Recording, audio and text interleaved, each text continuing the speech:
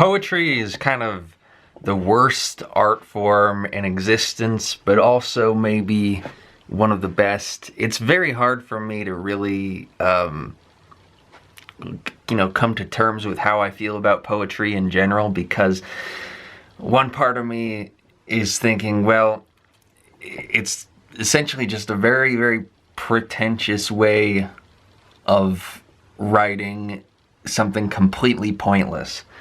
And so I just kind of feel like that impression sort of pervades the whole experience of poetry, and there's this kind of show-offy quality to it where like a poet will write something that's not impressive and be like, look what I did, isn't this fucking cool? No, it's not.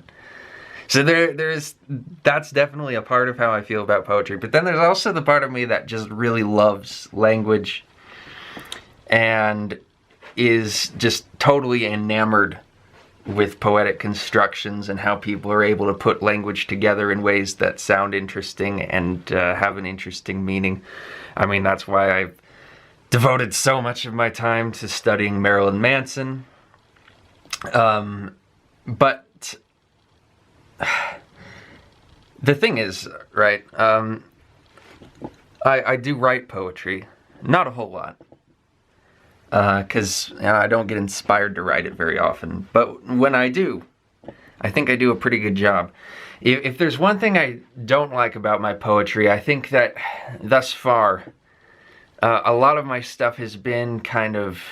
A few moments later. A lot of my poetry so far has kind of been about me. And I hate that. Like, that I think is the worst thing for me to write about in poetry, because it's all like tied into some sort of personal experience, and I don't really want poetry to be like that. I know that's how a lot of people like poetry. I mean, that's kind of like the stereotype of poetry, right? It's like I'm pouring my feelings out into my diary with my poetry. That's like my least favorite kind of poetry. That's like the worst kind, honestly. Like, the last thing I want to hear about is your inner feelings, because they're probably fucking stupid.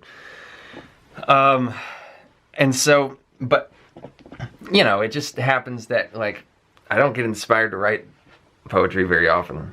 Because, like, what kind of things do you stop and just have a whole bunch of, elegant words to describe on a daily basis?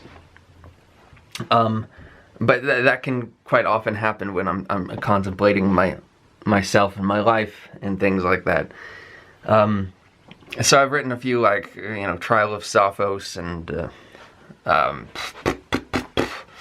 what was that other one? That other one that I put with Trial of Sophos, Sublime Delights. That's one of my favorites that I've written. And even though it's one of my favorites that I've written, even though it is kind of just about me. And I wish it weren't about me. I wish it were about anything else. But I like the language I use. Like, and I become... the part that I really like is toward the end. It's like... we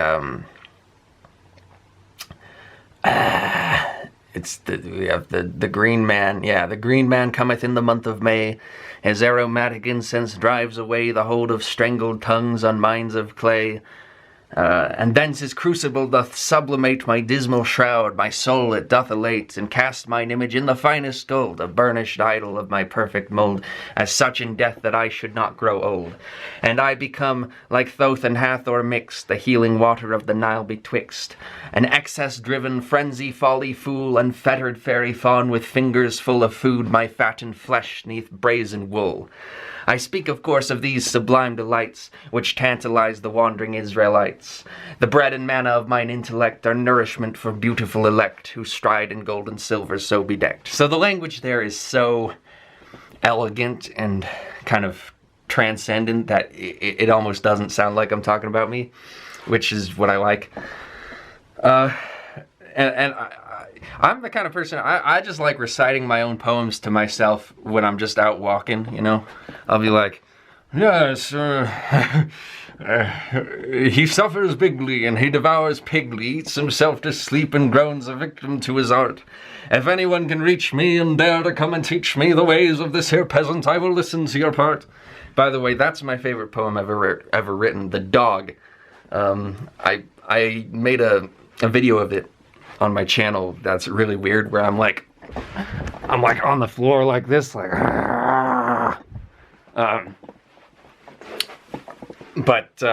no, it's a really, it's a really good poem. I really love that one, and the thing I like about it is that it's not about me. It's about an idea. It's like, I'm expressing an idea that's not even an idea that I necessarily believe, and that's really what I really like doing in poetry. What I really like doing in poetry is just like taking an idea and kind of giving it a different perspective, like turning it around, making you see it in a different way. That's really what I want to be doing with poetry. And so I have one that I've been working on for years now. Usually it doesn't take me years to write a poem. Usually it's like a week. But I have one that I've been working on for years for some reason, called The Great or Good. It's a little pun, The Great or Good.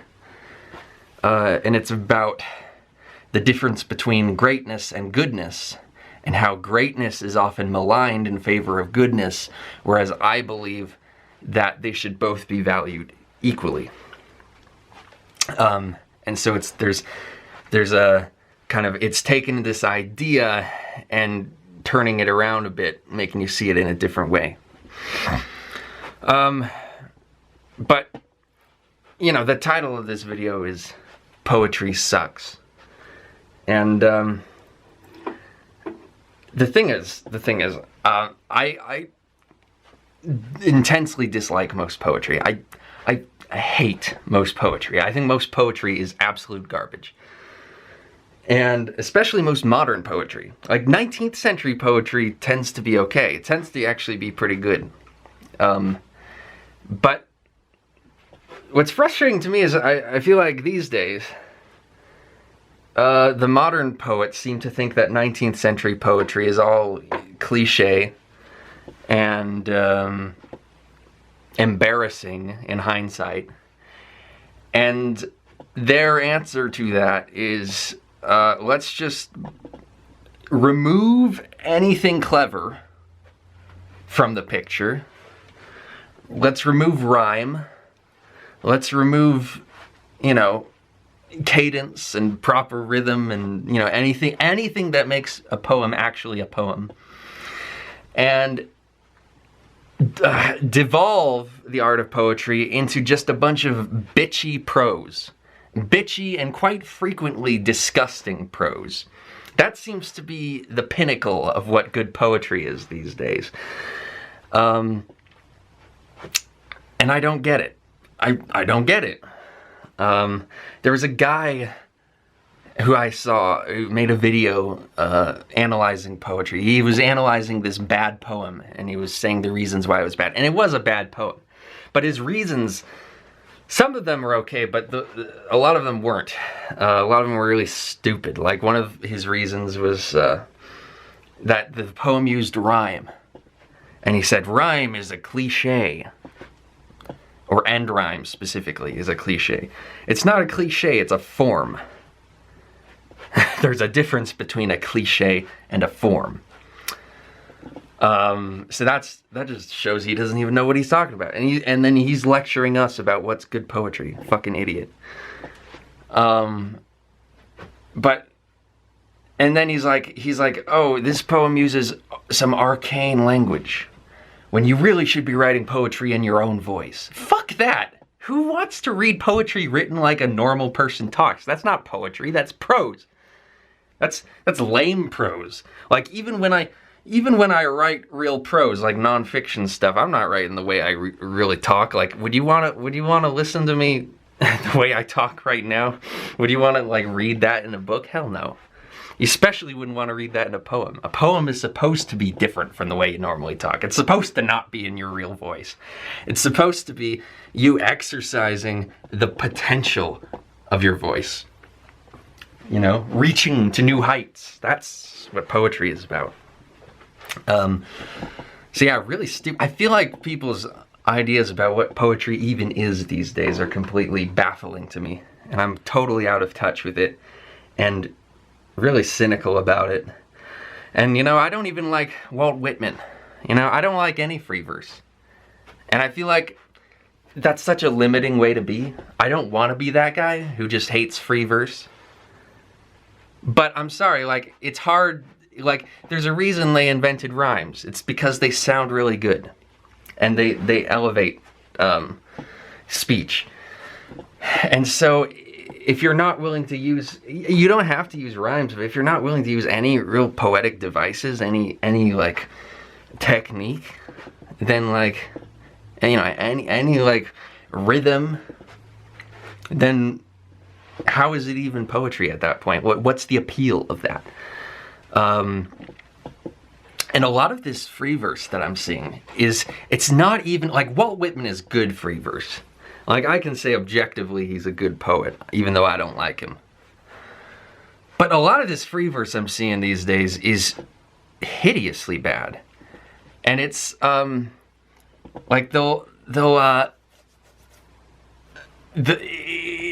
put the most nonsensical, idiotic line breaks in their poems. Where it's like you're reading just a normal sentence and then it suddenly cuts off. And then you're like, where's the rest of it? And then you look 5 lines down, there's the rest of it. And it's just like, it's like they just took a normal paragraph and then cut it up and butchered it so that it's impossible to read. Like, how is that poetry? That's so stupid. Anybody could do that. Like, I could take the script of this video and then cut it up in a stupid way and then just say that's a poem. It's so dumb.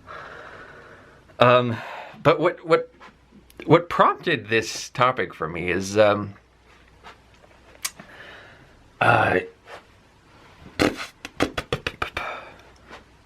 yesterday or the day before, one of these days, I'm getting kind of into the whole indie animation scene on YouTube. I'm learning more about it, checking it out, and I found that one called Lackadaisy, the one about cat bootleggers in the 1920s. But imagine my surprise, it actually started off with a poem. And it was shocking, not just that it started with a poem, but it started with a really good poem. In fact, the poem was so good that I was actually in my head thinking, is this like an old classic standard poem that I've heard before? And because it sounded so good that it sounded already classic. It sounded like something that like has been around for years. But it goes like this. It goes, "Old Man River, that seems far too austere a name for something made of mirth and rage, O roiling red blood river vein. If chief among your traits is age, you're a wily convoluted sage.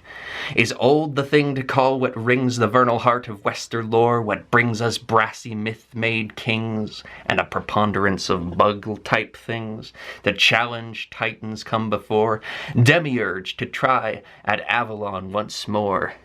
And what august vitality in your wide aorta stream you must have had to oversee alchemic change of timber beam to iron brick and engine steam.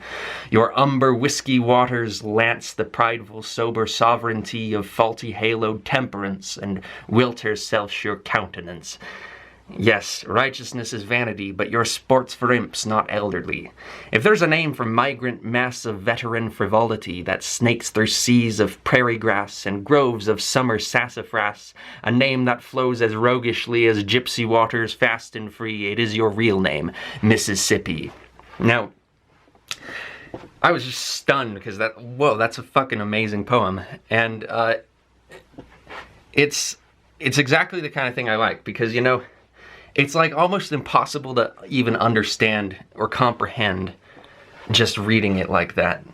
Because not only is the meaning kind of disguised by a lot of uncommon verbiage, but it's also, the verbiage is so good, it's so well put together, it sounds so fun and so interesting that it's distracting from the meaning. Like, the verbiage itself and the phonesthetic qualities of that verbiage distract you because they're so good, and thus make it impossible to even quite understand what he's saying.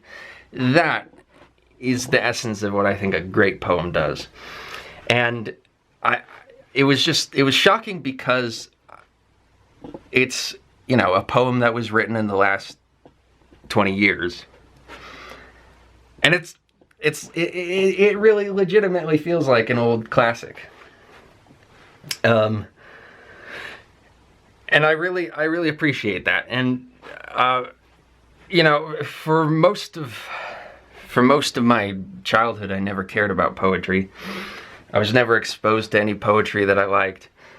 But the poem that really inspired me to write poetry was one called Mythopoeia by J.R.R. Tolkien. And I don't know why it's called Mythopoeia, because as far as I know, he never gave it a title. Maybe I'm missing something, but it was written as a letter to C.S. Lewis, and it was addressed as from Philomythos to Misomythos, which means from the myth lover to the myth hater. And this was my kind of awakening into the fact that I actually kind of like poetry, because it was this same kind of style. And here I have an excerpt from it. This isn't the whole poem, this is just a little excerpt. He sees no stars who does not see them first. Of living silver made that sudden burst to flame like flowers beneath an ancient song, whose very echo after music long has since pursued. There is no firmament, only a void, unless a jeweled tent myth-woven and elf-patterned, and no earth unless the mother's womb whence all have birth. The heart of man is not compound of lies, but draws some wisdom from the only wise, and still recalls him, though now long estranged. Man is not wholly lost, nor wholly changed. Disgraced he may be, yet is not dethroned, and keeps the rags of lordship once he owned, his world dominion by creative act, not his to worship the great artifact, man, sub-creator, the refracted light, through whom is splintered from a single white to many hues, and endlessly combined in living shapes that move from mind to mind. Through all the crannies of the world we filled with though all the crannies of the world we filled with elves and goblins, though which we dared to build gods, though which, maybe there's a typo here, but anyway, you get the point. It sounds cool, you know, it just kind of flows in a cool way. And from reading that, it really jogged my imagination, and inspired me to write my first poem when I was 15, which I haven't shared on this channel yet, because I think it has a lot of good stuff in it, but it kind of it has some problems that I've never been quite able to reconcile, because it is one of those that's about myself, and it's a little bit egregious in that, but I do rather like the last little bit of it, where it's like, he swung his eye forward in too great relief. That brief encounter was no more real than the night itself, which did gradually peel to the zeal of the dawn, which broke itself through and brought itself up as the sailor did view. A new day approached to right an old wrong, and forth from his lips cast a beautiful song. 'Twas so long and carried such meter and rhyme as he never had heard in all of his time. So sublime, so elegant, and crafted so well, thought he, not me, I can't sing so well, it's a spell, no, not a music of mine. I'm only a vessel for meter and rhyme. And the funny thing about that is the part of like, I can't sing so well, it's a spell. I was listening in my car driving home from work, I was listening to Shoop by Salt and Peppa. And that rhyme was used in that song, which was funny, because it's a completely different kind of poetry there. But that's another thing that's important to point out, is rap, I think, has a lot of potential to be great. My favorite rapper is Zach Sherwin, and he does what the best poetry does. And he creates songs that just sound amazing, where you're just so impressed by the way he's able to rhyme and the way the words flow off of each other, that it just baffles the mind how good he can be. And with the puns and the wordplay and everything that he does, it's impressive. And I think that's something that rap can really do well, is have a lot of good rhythm. You know, rap is basically poetry with rhythm to it. And I'm really jealous of the rapping skill, because I'm not a good rapper and I'm not good at writing that kind of stuff. But it's a very, very good technical skill. Unfortunately, it's usually utilized by some of the least talented people. So yeah, we got to deal with that. But Zach Sherwin, I really loved. He was the guy who played Alexander the Great on Epic Rap Battles of History, and that might be like his crowning achievement, because he does, I think, 13 or 14 rhymes of the same 2 syllables. So it was like, you know, kudos, Greek, for the glory I got, for winning every single war that I fought. And so this will be straightforward. I'll take up the sword that I brought, and I'll slice you in half like the Gordian knot. And I'll soda the top like the eagle whose feather I'd sport, and the helmet that I wore as I swatted my many enemies, shattered them like a porcelain pot, till they'd be praying for the torture to stop. And he continues doing that for a little while, but it's like, you know, war that I brought, sword that I brought, you know, Gordian knot, all that. Extremely impressive. And you know, that's the phone aesthetics of it. That's the strength of poetry. But I guess to close out, I'll read a little excerpt from the poem, "The Greater Good," that I've been working on. It's not the whole thing. It's just a little bit of it. I'm still working on it. But this is the last bit so far that I've written. Should such a man be made a saint, of whom one may have no complaint, a man of pure and chaste constraint, whom evil dareth not to taint? Should we honor by our paint only them who know restraint?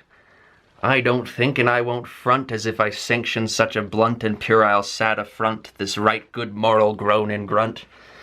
Perhaps morality corrupts, and from its opposite erupts that which moves and which disrupts, that which stokes and interrupts, and lives and feels its downs and ups.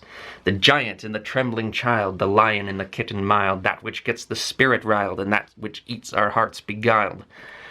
Nothing ventured, nothing gained, nothing lost, but all the same I wish I wouldn't be so tame, as tender were I broken lame. But trading good for great and fame would still leave me an empty frame, a walking, talking, sharp steel blade, my virtue and my kindness flayed, relations sapped and friends betrayed, immortal, useless, shining blade, if I for greatness goodness trade. So that's a little teaser for you. But I really like doing that little technique where I just like repeat the same rhyme, just A, as far as it can go. That's kind of my style, I guess. I've done that with a few things. But yeah, I guess those were all my thoughts for now about poetry. This is VEDN Day 18, I think. Yeah, probably. See you tomorrow for VEDN Day 19.